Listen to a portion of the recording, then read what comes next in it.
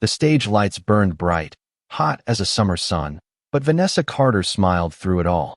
She always did. At 32, she had built a reputation as the kind of woman who could command attention simply by walking into a room. America knew her face.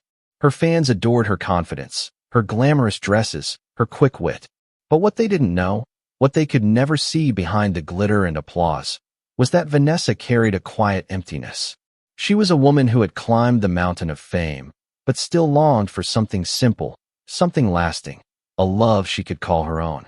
That longing was what brought her onto the stage of Love Match Live, one of the most popular dating shows on television. Millions tuned in every week to watch strangers fall in love beneath carefully placed roses and choreographed music. For Vanessa, it was more than just another reality appearance. It was, in her words, a leap of faith. As the cameras rolled, the host, grinning with perfect teeth, introduced the night's headline. Tonight, America, a star is searching for love. Vanessa Carter is here, and we've found the man who might just be her perfect match. The audience roared, clapping, stomping, whistling. The energy was electric. Then, out walked Ethan Miles. He was 29, a tall man with wide shoulders and the kind of earnest smile that made people think of home. His bio painted him as a small-town boy, raised in rural Kentucky, working in construction, the son of a farmer and a schoolteacher. The producers pitched him as salt of the earth. And standing under the stage lights, his eyes fixed on Vanessa like she was the only person in the world. The crowd gasped at the pairing. On one side, Vanessa, polished, glamorous, adored by fans. On the other, Ethan, simple, rugged, carrying a certain sincerity. It was the kind of contrast reality TV lived for. The host leaned in with the first question, smiling at Vanessa. Vanessa, do you believe in fate? Do you believe that love finds us when we least expect it? Vanessa's lips parted, her eyes shimmering under the studio lights. I believe that true love comes when you're brave enough to open your heart, she said, her voice steady, confident. And maybe that's what I'm doing here tonight. The audience erupted in cheers. The host turned to Ethan. And you, Ethan, what are you hoping to find? Ethan looked directly into the camera before turning back to Vanessa. His words carried a weight that made some lean forward, listening closer. I've waited my whole life for this moment. For her. And now that I've found her, I won't let it slip away. The crowd roared again, thinking it was romantic. Vanessa smiled politely, though for a brief second her eyes flickered with something unspoken. Was it surprise or unease? If anyone noticed, they brushed it off. The segment ended with the two standing side by side, their hands linked, roses in hand. Photographers snapped shots, audience members screamed their approval, and social media lit up like fireworks. Within minutes, hashtags of their names trended worldwide. Vanessa plus Ethan equals love story, read one post. Another fan wrote. Finally, she found a real man who isn't afraid to adore her. From the outside, it looked like the beginning of a fairy tale. But behind the scenes, there was another reality. As the studio wrapped for the night, Vanessa slipped away to her dressing room, her assistant rushing behind her.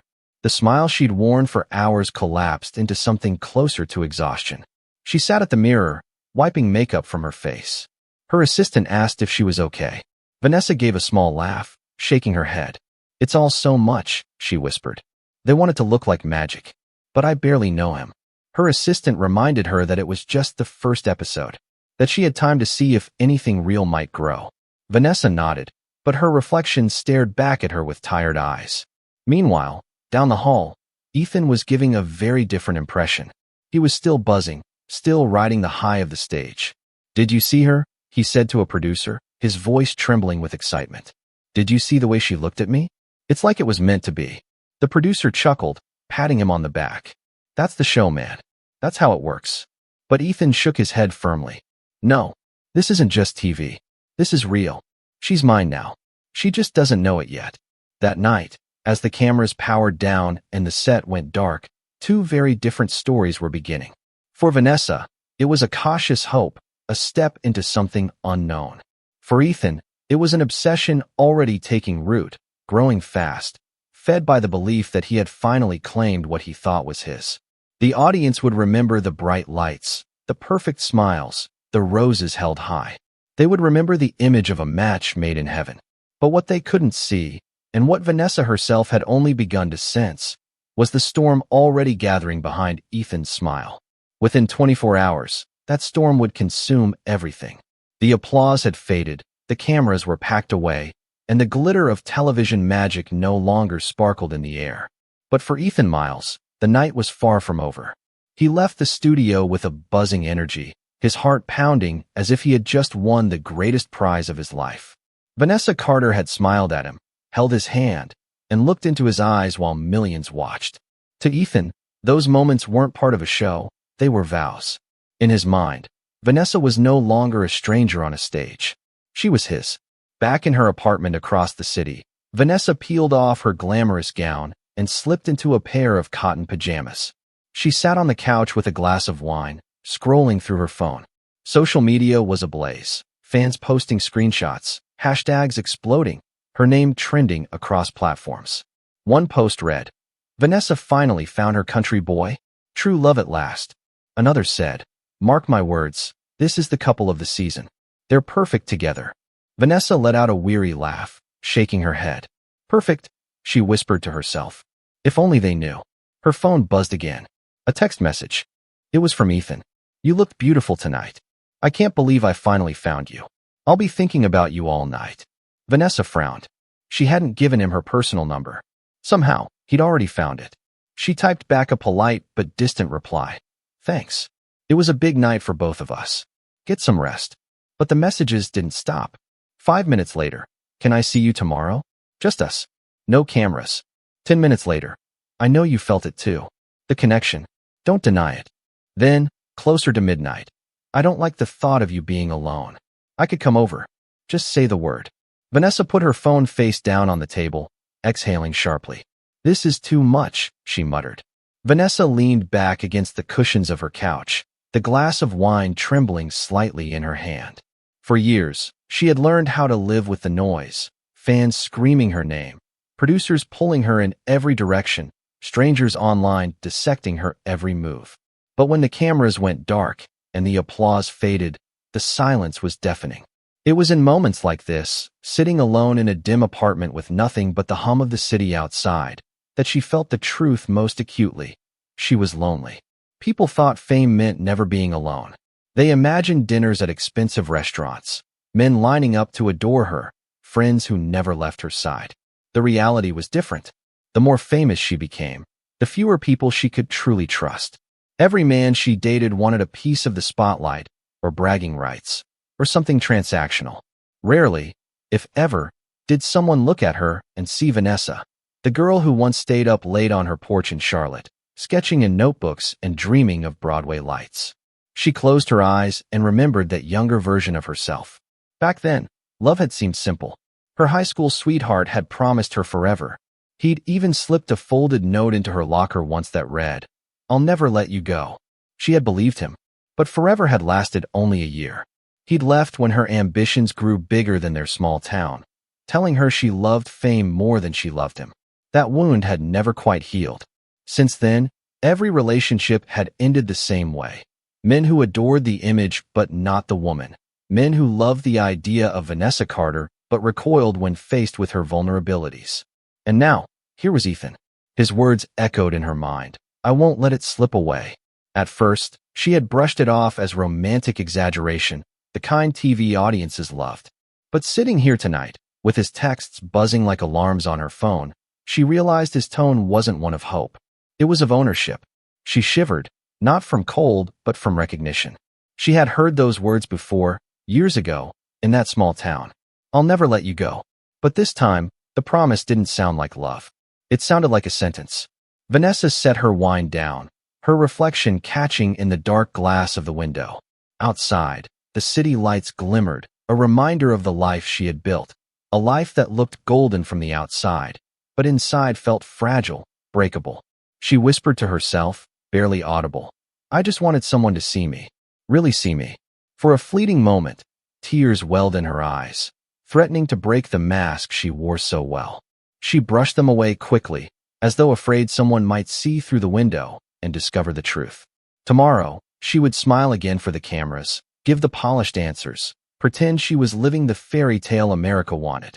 But tonight, in the quiet of her apartment, Vanessa knew the truth. She was standing at the edge of something darker than she had ever faced before. And for the first time, she wasn't sure if she was strong enough to outrun it. Her assistant, Kelly, called to check in. Vanessa answered with a tired chuckle. "He's already acting like we're married," she said. "It's sweet, I guess, but a little much." Kelly's voice tightened. "Vanessa, be careful. These shows, they stir people up. Some guys can't tell the difference between TV and real life." Vanessa nodded, staring out her window at the city lights. She wanted to believe Ethan was just overeager, that it was harmless. But something about his words lingered uncomfortably in her chest. Meanwhile, in a modest hotel room across town, Ethan sat at a desk cluttered with notepads. On the pages were scribbles of Vanessa's name over and over, hearts drawn in the margins. He had printed photos of her from online, magazine covers, red carpet shots, Instagram selfies, and taped them to the wall. Staring at the collage, he whispered to himself, "She's the one. She's always been the one.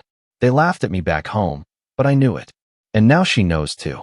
The following morning, Vanessa tried to brush off the unease. She had a press interview scheduled, a sit-down with a morning show host. The producers wanted her to talk about the big moment, the new match, and what the future might hold. The interviewer leaned across the table, smiling warmly. "So, Vanessa, America fell in love with you too last night. Tell us, what was it like meeting Ethan?" Vanessa put on her practice smile. "It was exciting. Surreal. He seems like a genuine guy, and I'm looking forward to getting to know him better." But her tone was careful, measured.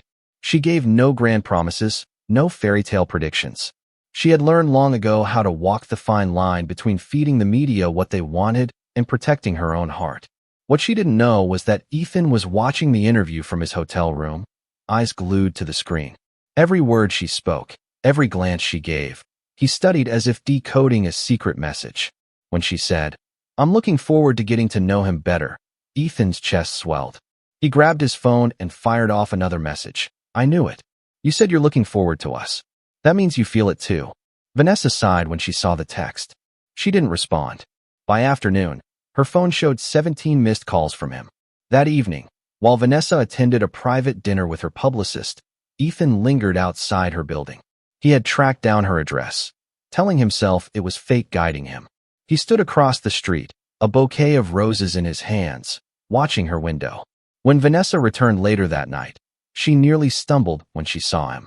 "Ethan, what are you doing here?" He smiled, holding out the flowers. "I couldn't stay away. I had to see you." Her voice was firm, though she tried to soften it. "This isn't okay. You can't just show up here. It's late." Ethan's smile faltered, confusion crossing his face. "But we're together now. Everyone saw it. You held my hand. You looked at me like I was your future." Vanessa shook her head, her heartbeat quickening. "That was a show, a performance. We barely know each other." For the first time, something sharp flickered in Ethan's eyes. "No," he said, his tone dropping low. "Don't say that. It was real. It is real. You belong with me. That's the truth."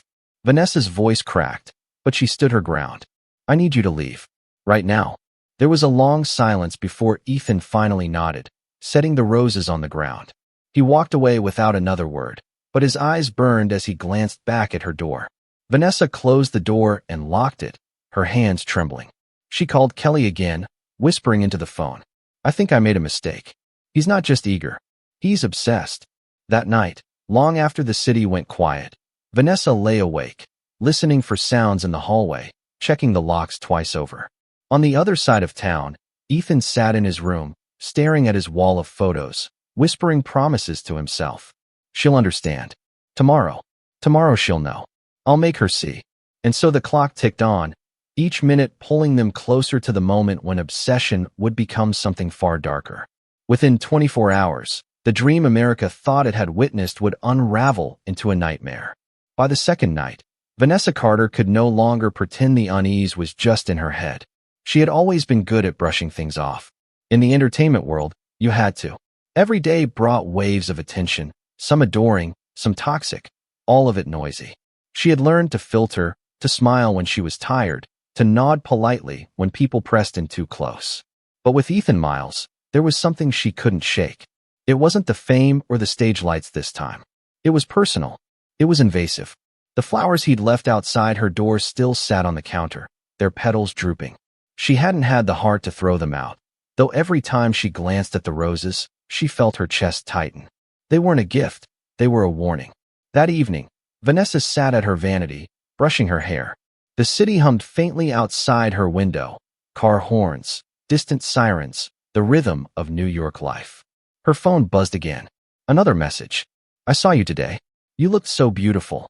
That blue dress. It was like you wore it for me. Vanessa froze. She had indeed worn a blue dress to lunch with her publicist that afternoon. Her eyes darted to the window.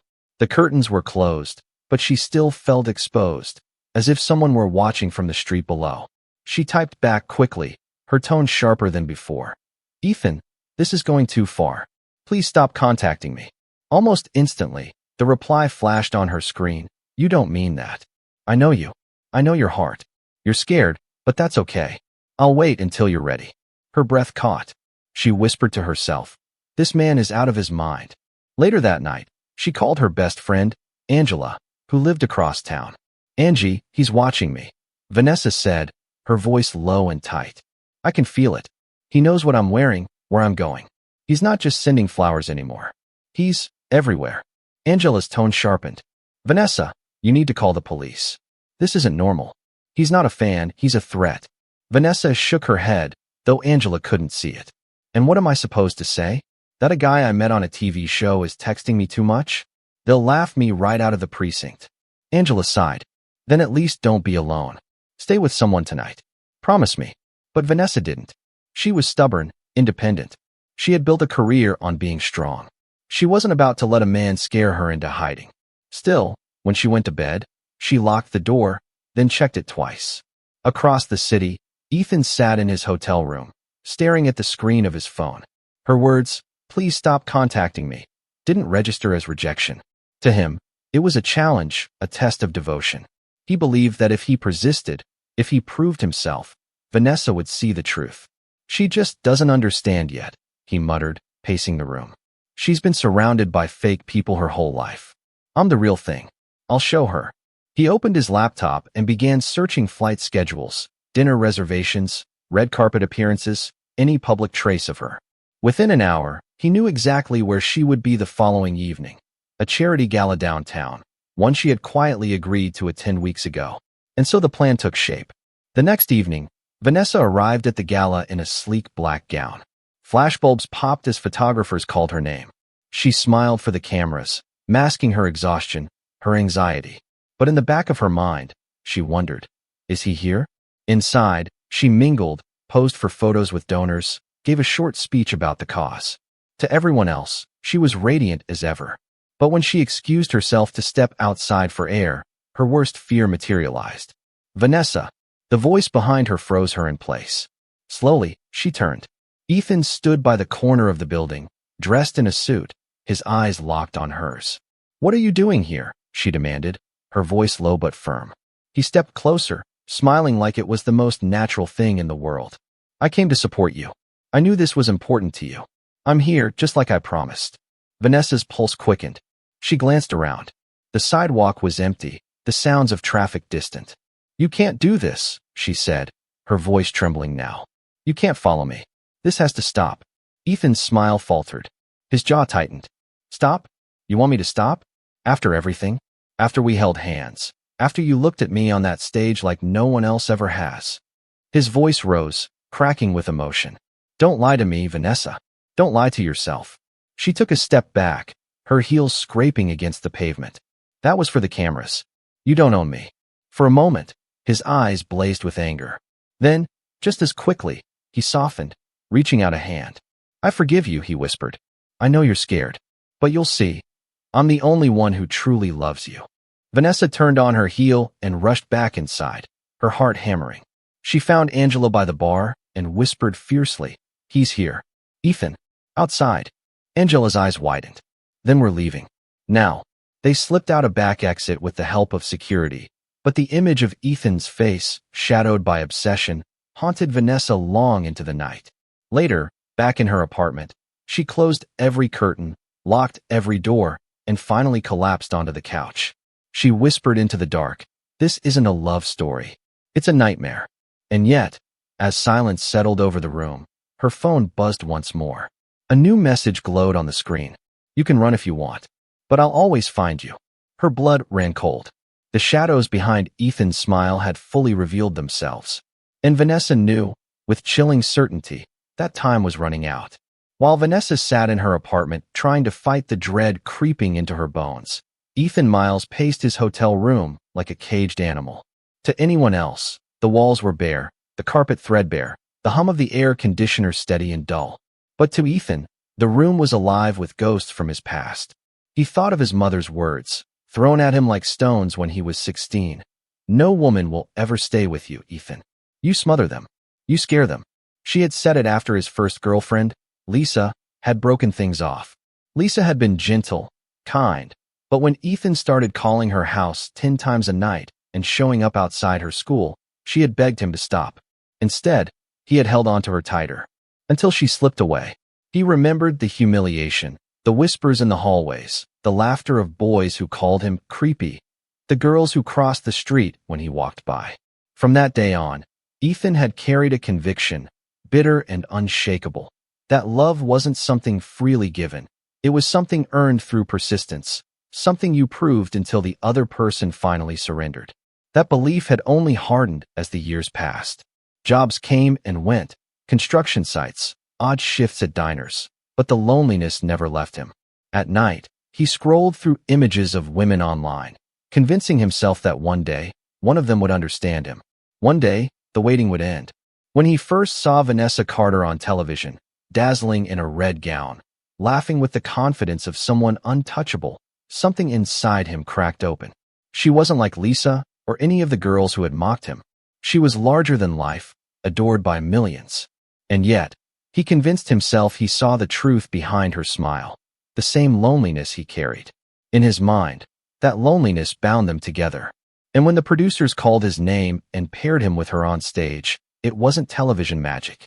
It was destiny. It was the universe correcting years of rejection, humiliation, and silence. Now, pacing in that dim hotel room, Ethan clenched his fists and muttered to himself, "She's afraid because she doesn't know me yet. They always said I scared them. But if she'd just listen, if she'd just give me one night, she'd see. She'd stay. She wouldn't leave like the rest." He looked at the collage of photos he had taped to the wall. Vanessa on the red carpet, Vanessa smiling in a candid selfie, Vanessa waving at fans. Her eyes seemed to follow him wherever he moved. "I won't lose her," he whispered. "Not this time." And with that, he picked up his jacket, slipped into the rain, and began the walk toward her building. The rain began just after sunset, heavy drops drumming against the windows of Vanessa Carter's apartment. The city outside was slick with water, neon lights shimmering in puddles on the sidewalks. Thunder rolled low and steady, the kind of storm that made people draw their curtains and stay inside. Vanessa sat alone on her couch, a blanket wrapped around her shoulders, though she wasn't cold. She had tried everything to calm herself. Tea, music, even prayer, but her mind spun relentlessly. Every sound in the hallway made her flinch. Every shadow on the wall seemed to stretch longer than it should.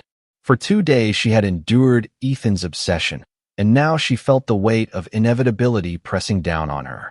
Something was coming. She could feel it in her bones, the way a sailor senses the sea before a storm. Her phone buzzed again. She didn't want to look, but her eyes betrayed her. "You don't have to be afraid. I'm already here." The words blurred before her eyes. She shot up, clutching the phone like a weapon. "Already here?" she whispered, her voice trembling. Her first instinct was to check the door. She crept toward it, heart pounding, ear pressed to the wood. At first, nothing. Then, so faint she thought she might be imagining it, the sound of breathing. "No," she whispered to herself. "Not tonight. Please, God, not tonight." The thunder cracked like a cannon, and in that instant, the lock rattled. The doorknob turned slowly. Vanessa stumbled back, eyes wide. She grabbed the nearest thing she could, a heavy glass vase, and raised it like a shield. The door burst open, and there he was. Ethan. Rain clung to his hair and suit, dripping onto the floor. His eyes were wild, blazing with something between joy and madness. He stepped inside as if he belonged there, shutting the door behind him. Ethan, Vanessa gasped. How did you? I told you. He interrupted, his voice calm, almost tender. I'd always find you. Her hands trembled around the vase. Get out. Right now, before I call the police. He took a step forward, spreading his arms as though welcoming her embrace. Why are you so afraid of me? I'm not here to hurt you. I'm here to love you.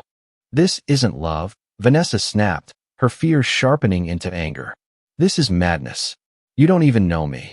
But Ethan only shook his head slowly, a strange smile tugging at his lips. I know everything I need to. I've watched you for years. I've seen your interviews, your shows, your smile when you think no one is looking. I know the sadness behind your eyes. I'm the one who can fix it. Vanessa's chest tightened. She lowered the vase slightly, trying to steady her voice. Ethan, listen to me. What you're feeling, it isn't real. It's a fantasy. You've built me into someone I'm not. He stepped closer, his tone darkening. Don't say that.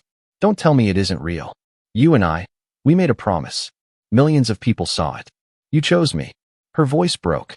That was a show, Ethan. A television show. It wasn't a promise. It wasn't real life. The words seemed to slice through him.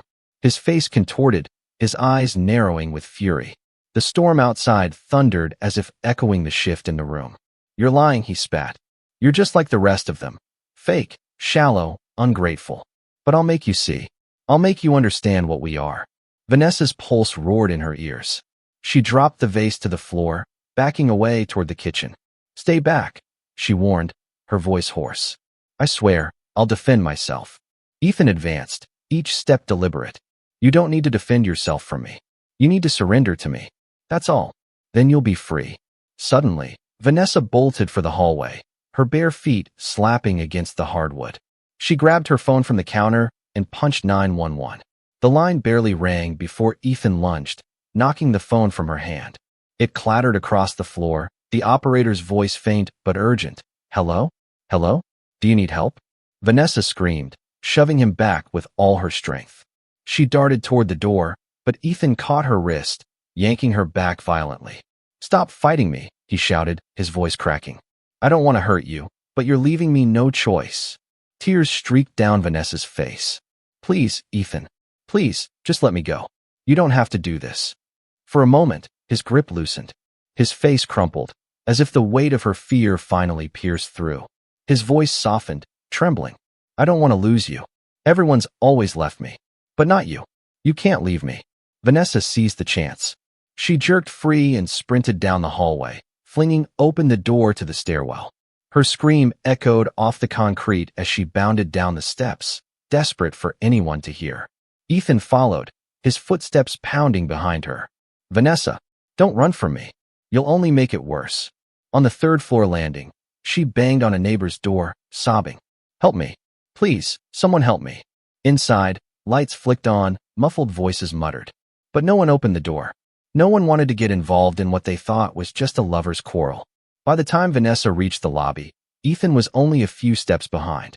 She shoved through the glass doors into the rain-slick street, her bare feet slapping against the pavement. The city, alive but indifferent, swallowed her cries. A taxi sped by, its driver glancing once before turning away. Lightning split the sky, illuminating the nightmare in flashes of white. Ethan caught her again on the corner, dragging her into the shadows of an alley.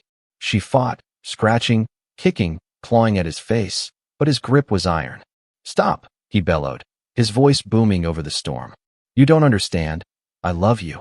Everything I've done is for you. Her voice cracked, ragged with terror. This isn't love, Ethan. This is violence. This is possession. Love doesn't look like this. But he wasn't listening anymore. His eyes were glazed, consumed by a storm of his own. In those final moments, Vanessa realized the truth. There was no reasoning, no pleading, no escape. She was caught in the grip of a man who had mistaken obsession for destiny. Her last scream was swallowed by the thunder. Moments later, the alley fell silent but for the rain. The rain continued to fall long after the alley had gone quiet, washing over the cracked pavement, carrying thin streams of crimson toward the gutters.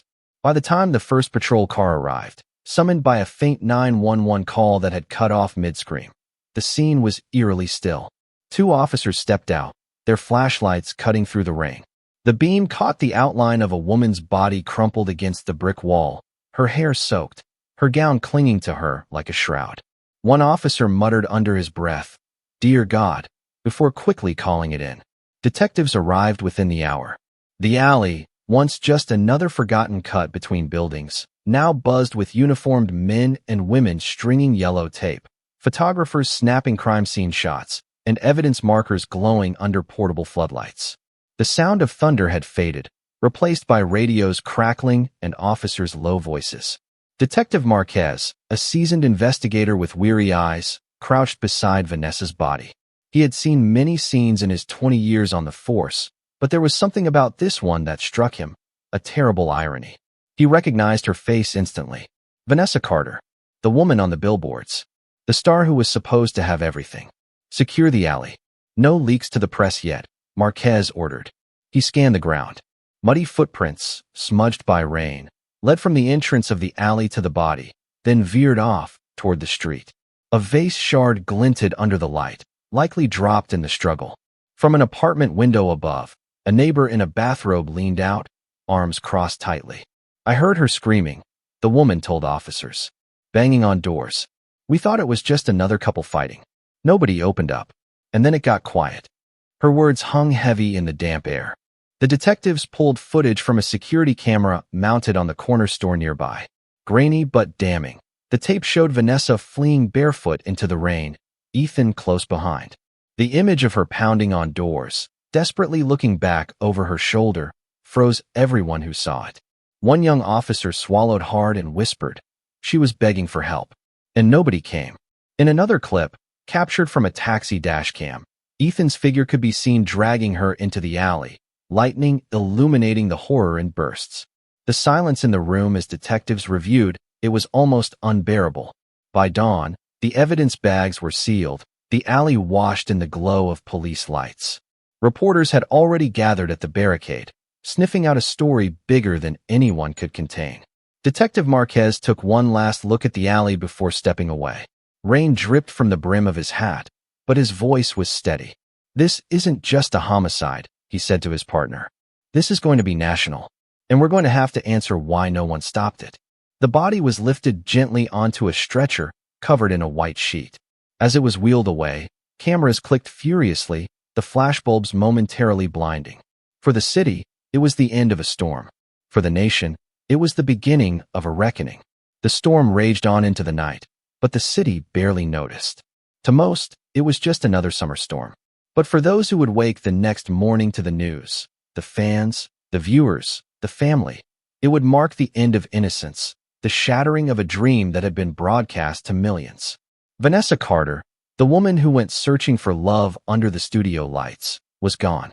And the man the cameras had sold as her perfect match stood over her body, whispering promises into the rain that only the shadows could hear. The storm had passed by dawn, leaving the city washed and silent, the streets slick with rain and littered with broken branches. But inside Vanessa Carter's apartment building, silence gave way to chaos. Police cars lined the block, their lights casting a red and blue glow on the wet pavement. Yellow tape sealed off the alley where her body had been found, and uniformed officers kept the growing crowd of onlookers at bay. Reporters arrived within hours, microphones in hand, shouting questions at anyone who passed. What happened? Was it the boyfriend from the show? Did anyone see her last night? By mid-morning, the news had broken nationwide. Reality TV star Vanessa Carter found dead after shocking encounter with Love Match Live contestant. On breakfast tables across America, her face appeared on the front page, the same face that had smiled so brightly on television just days before. The contrast was unbearable. In living rooms, older couples who had watched the show shook their heads in disbelief.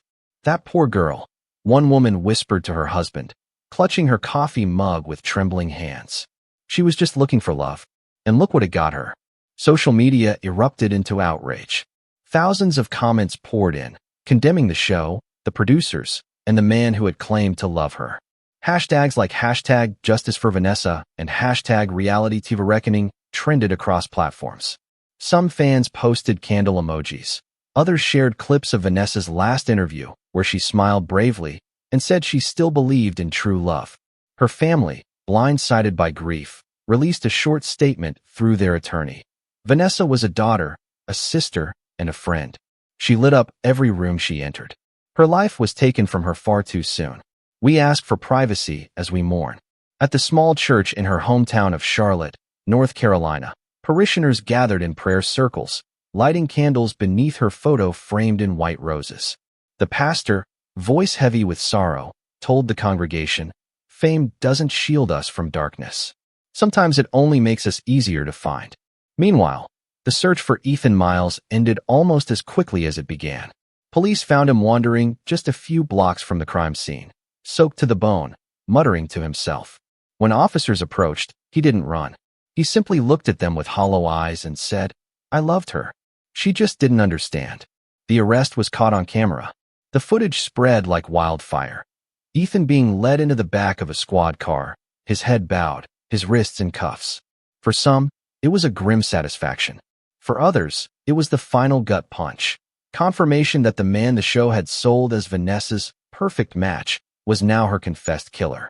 Back at the studio where Love Match Live was filmed, the producers scrambled to contain the fallout. Their cheerful sets, their promises of romance, now looked grotesque in the shadow of Vanessa's death. Networks pulled reruns, advertisers threatened to walk, and the host released a tearful statement on camera. "We are devastated. Vanessa came to us searching for hope, and what happened is beyond comprehension. We will review every step that led us here." But for the public, the damage was already done. What had been entertainment just days ago now seemed like exploitation. Commentators on morning shows asked pointed questions. Did the producers vet him properly? Did they see the warning signs? How much responsibility do they bear for pairing her with a man like that? At Vanessa's memorial service in New York, hundreds gathered. Fans stood shoulder to shoulder with celebrities, clutching candles and roses. Photographs of her lined the steps of the theater where she had once been the main attraction. Some people sobbed openly, others stood in stunned silence. Angela, her best friend, took the stage to speak, her voice trembling. Vanessa believed in love, even when the world gave her every reason not to. She believed she deserved happiness, and she went searching for it bravely. That courage cost her everything. But let us remember her not for how she died, but for how fiercely she lived. The crowd murmured in agreement, some lifting their candles higher, their flames flickering against the night sky. For those who had known Vanessa personally, the grief was unbearable. But for the millions who had only known her through screens, her death was something else too, a warning.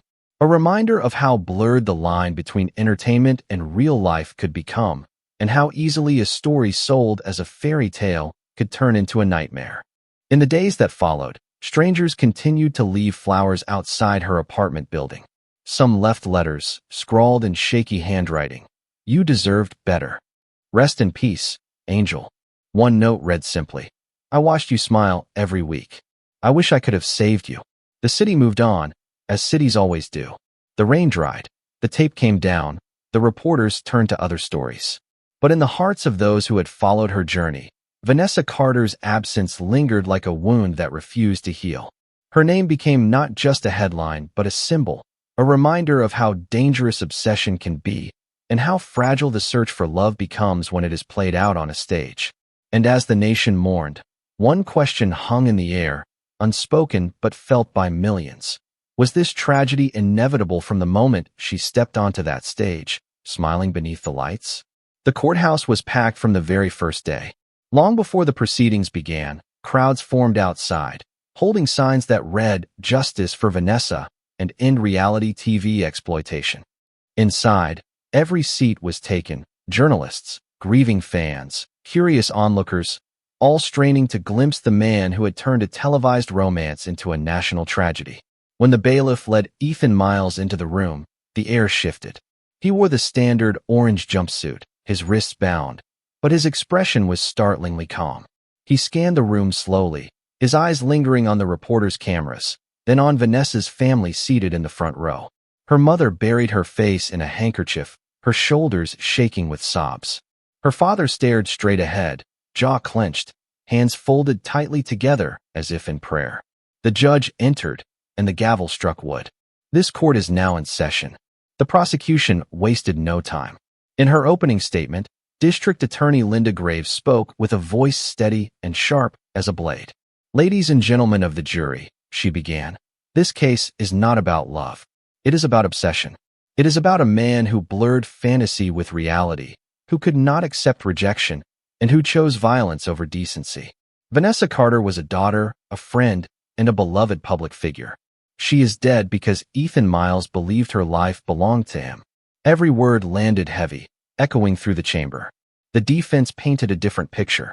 Ethan's attorney, a weary man in a gray suit, tried to portray his client as unstable, not malicious. "Mr. Miles is a man who was manipulated by the bright lights of reality television," he argued. "He was promised love, encouraged to believe in a connection that the producers scripted and amplified. He was overwhelmed, confused, and ultimately lost control. He did not set out to kill Vanessa Carter." The jurors shifted uneasily, some shaking their heads. When the time came for witnesses, the testimony was devastating. Angela, Vanessa's best friend, took the stand first. Her voice broke as she recalled the phone call from that last night. "She told me she thought he was watching her," Angela said, wiping tears from her cheeks. "She was terrified. She kept saying, 'Angie, he won't stop. He won't let me go.'" Then came the police officers, recounting Ethan's arrest. One officer testified, "When we found him, he wasn't running. He wasn't hiding. He just said, 'I loved her.' She just didn't understand." The most haunting evidence was the security footage, the grainy video from Vanessa's building showing her sprinting down the stairwell, pounding on doors, Ethan chasing close behind. The courtroom fell silent as the recording played. Gasps rippled through the crowd when her desperate screams echoed from the speakers. Vanessa's mother wept openly, clutching her husband's arm for strength. Jurors covered their mouths, visibly shaken. Then, at last, Ethan himself was called to the stand. He walked slowly, shackled, and sat down under the gaze of 12 jurors and a nation watching on live television. The defense attorney asked softly, "Ethan, do you regret what happened that night?" Ethan's eyes flickered with something unreadable. He leaned toward the microphone. "I regret that she didn't see it," he said quietly. "I regret that she never understood how much I loved her. But no, I don't regret loving her. I would do it all again." A collective murmur filled the room, horror mingling with disbelief. Vanessa's father stood abruptly, his chair scraping the floor. For a moment it seemed he might shout, but the judge's gavel thundered again. "Order in the court." The prosecutor rose for cross-examination, her tone cutting. "Mr. Miles, are you telling this jury that you feel justified in ending Vanessa Carter's life?" Ethan met her eyes, unflinching. "I didn't end her life. I freed her from the lies. She belonged with me. That's the truth." The room erupted. The judge threatened to clear the gallery, but the damage was done. Everyone had heard it, the raw obsession that still consumed him. In closing arguments, the prosecution's words rang like a funeral bell. This was not a crime of passion. This was not a tragic misunderstanding. This was murder, cold, deliberate, rooted in selfishness. Vanessa Carter begged for her life.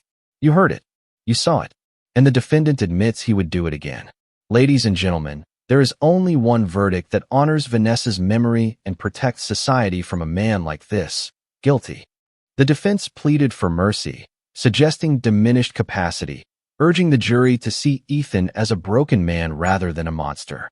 But the jurors' faces told another story, stern, set, unwilling to bend. It took them less than 3 hours. When the foreman stood, the room held its breath. "We, the jury, find the defendant, Ethan Miles, guilty of murder in the first degree." A cry broke from Vanessa's mother. Her father lowered his head, finally allowing the tears he had held back for so long. Ethan showed no reaction, no tears, no anger, no plea for forgiveness. He simply stared straight ahead, his lips moving as though whispering to someone unseen. The judge's sentence was swift. Life in prison without the possibility of parole. The gavel fell one last time. Outside the courthouse, the crowd erupted. Cheers, sobs, chants of Vanessa's name. Justice, in its coldest form, had been served. But for those who loved her, the verdict was only a salve, not a cure. It would never bring back the woman who had stepped under the stage lights, hoping for love, only to meet her death in the shadows. And for the rest of America, watching from their living rooms, The case of State versus Ethan Miles would not soon be forgotten. It was more than a trial. It was a reckoning, a warning about the dangers of obsession and the cost of blurring reality with fantasy. The trial was over, the sentence delivered, yet the story did not end with the gavel's echo. If anything, the tragedy of Vanessa Carter had only begun to ripple outward, touching lives far beyond the courtroom walls. Across America, people carried her memory in ways both quiet and profound. Strangers lit candles on their porches in her honor. Churches held vigils, pastors speaking of the dangers of mistaking obsession for love. Talk shows replayed clips of her last interviews, where she smiled shyly and confessed she still believed in true love, even when life had given her reasons to doubt. Those words, spoken so bravely, now carried the weight of prophecy. In her hometown of Charlotte, a scholarship fund was created in Vanessa's name to support young women chasing careers in the arts. Her family insisted it was what she would have wanted, an opportunity for others to dream boldly, as she had. For those who had known her personally, this was a small piece of light in the shadow she left behind. But her death also stirred difficult conversations. In living rooms and over kitchen tables, families asked one another questions they had never asked before. How safe was it to trust strangers with our hearts? How responsible were television producers for the lives they paraded before the cameras? And how often did women's fears go unheard until it was too late? For older Americans, who had seen countless stories of love and loss unfold across decades, Vanessa's tragedy struck a deeper chord. It wasn't just about a reality show. It was about a universal truth they had always known. Love is fragile, and when twisted by obsession, it can turn deadly. In the months that followed, networks across the country faced scrutiny. Some canceled dating programs altogether. Others tightened their screening processes, promising to vet contestants more carefully. But the changes felt hollow to many. They could not erase the image of Vanessa, running barefoot through the rain, begging for her life. Angela, her best friend, spoke once more at a televised remembrance ceremony. Her words pierced the silence. Vanessa was more than a headline, more than a victim. She was a woman who wanted what we all want, to be loved, truly and safely. She trusted that the world could give her that, and the world failed her. If we remember anything, let it be this. Love cannot be forced, it cannot be demanded, and it can never grow in the soil of obsession. If we honor her by listening to the fears of women, by protecting them, by believing them before it is too late. The crowd erupted in applause, tears streaming down many faces. As for Ethan Miles, he faded into the darkness of prison life, a man remembered not for who he was, but for what he took. His name became a cautionary tale, whispered in news specials and documentaries. The small-town man who mistook fantasy for destiny and destroyed the woman he claimed to love. But Vanessa's name endured differently.